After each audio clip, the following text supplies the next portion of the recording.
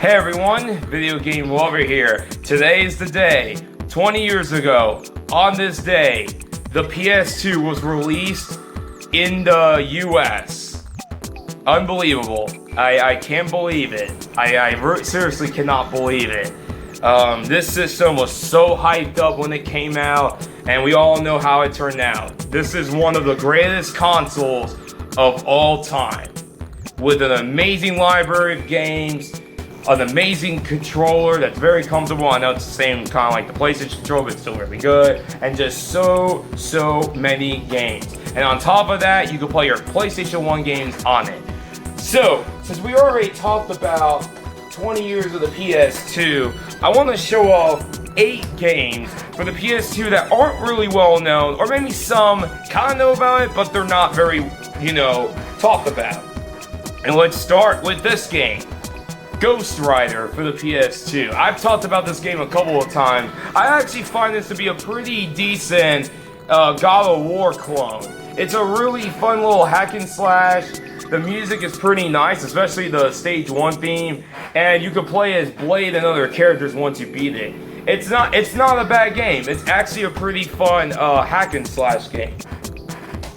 Next up, we have probably the game that you could argue was the before God of War, Ryguard for the PS2. This is a really excellent hack and slash game, a really fun one, but I will say this, I kind of recommend playing this on easy first, only because some of the bosses are pretty frustrating near the end of the game. I recommend playing it on easy once or twice, and then playing it on normal. This game is very short though. It's like a 2.5 to 3 hour game, but it plays really nice. It's a fun game for the PS2, and one that I recommend.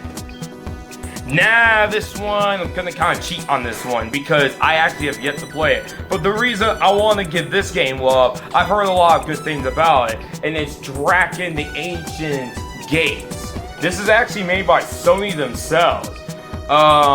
I've heard a lot of good things about this game. I just haven't gone into it yet, but I've heard some good things about it. It's like an action RPG adventure game, and it looks really cool. So I want to include this to the video because I've heard a lot of people love this game, so I want to give a shout out to that game. Next game, again, I don't think it's that unknown, but I'm not sure people knew there was a sequel of it. Zone of the Enders 2. I think people knew about Zone of the Enders 1 because of the Metal Gear Solid 2 demo disc that it came out with. But yes, there was indeed Zone of the Enders 2. And I think it's better than the first one, even though there are some annoying levels to it. But this is still a fun game. Plays very good, very fluid. This is one I recommend to the collection. Next up, we have Genji, Dawn of the Samurai. I love this game so much. I absolutely love it. This game also turned 15 not too long ago. It's a really nice hack and slash game with a good story. The graphics are absolutely amazing for this game. Seriously, the graphics in this game is amazing, and the music is very good. The gameplay is your typical hack and slash game, but it's still a really good game to have for the PS2, and this is very cheap. You can find this for like $2 or $3. Next up, we have probably one of the most forgotten Capcom games on the PS2, and I think the reason for this is because of how it was marketed. Chaos Legion. I really enjoy Chaos Legion. It's another hack and slash game. I think a lot of my games here are hack and slash games, but this is a very underrated game. The reason not many people liked it at first was because it was marketed as, if you love Devil May Cry, you will love Chaos Legion. This game plays nothing like Devil May Cry. See, the main character, he only has a standard combo, slash. The difference between this and Devil May Cry is you control legions, and they do the fight for you. So it's kind of like a cross between Pikmin and Devil May Cry a little bit. Not in terms of gameplay, because it's a hack and slash. That's what it's kind of like. It's like a Devil May Cry, it's like Pikmin in this game. That's what the Legion are like. But this is still a really fun game. And this is one I would recommend. I see this go for like $6 to $10. It's a pretty good one. Next we have, now this is a cautious recommend. The reason why I say this is a cautious recommend is because this game is very hard. I mean very hard. I was able to beat it, but oh my god, this game will frustrate you.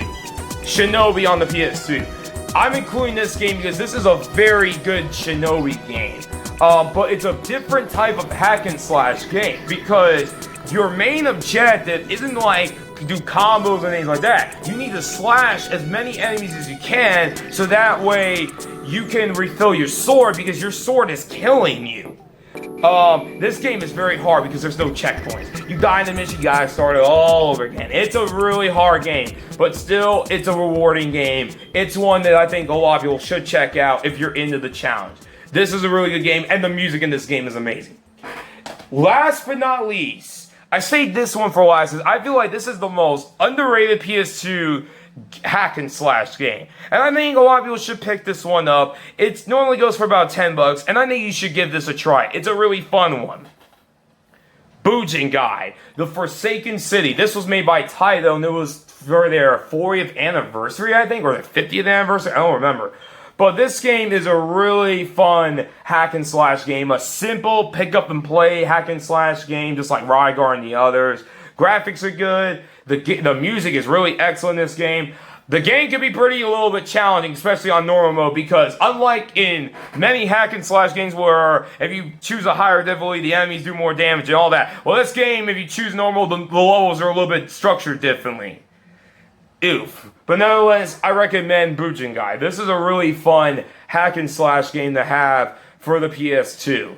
And one I definitely will recommend. So yeah, that's it for PS2 Hidden Gems. I hope you guys enjoyed this video. Can't believe the PS2 is 20 years old. I can't believe the original Xbox and the GameCube are going to be 20 years old next year. So, thank you guys for watching this video. See you guys later. Peace.